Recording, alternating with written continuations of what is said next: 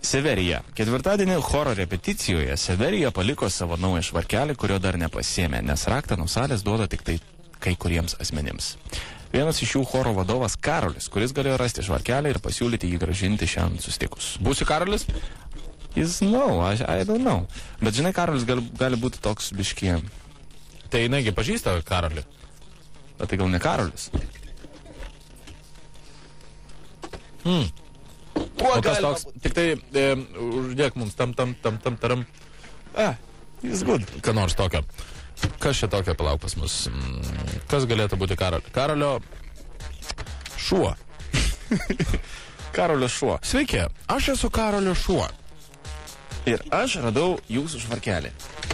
O gal tokio, žinai, biški maniakiško. Būk klasiokas Saulius.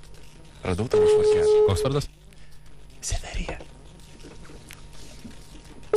Nieko nežinau apie žmogų. Ir nereikia. Choro repeticijoje. Klausau? Severija. Klausau? Labas, Severija. Labą dieną. Kaip lakaisi, Severija? O kas čia skambina? Čia Saulius. Koks Saulius? Na, tu mane ko gero pažįsti, bet dabar kol kas palikime tai šiek tiek. Visą gerą, aišku, supratau. Severija? Nepabėg nuo manęs. Nu va, smagu, kad tu dar nepadėjai ragelio. Ką veiki? Severija? Severija? Tai gal šiaip?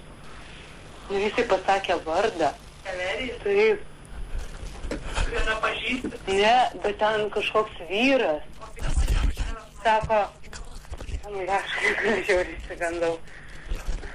Severija. Severija. Oh my gosh, aš žiauriai. Skambinam dar. Mekels, iš kito Privalom. Iš kito numerio. Bet mes privalom paskambinti jai. I know that. Kažkoks vyras. Severija. Nu, žinok, tikrai toks sergantis nedapi. Jis labai tas vyras turėtų būti toks, žinai, sekso maniak.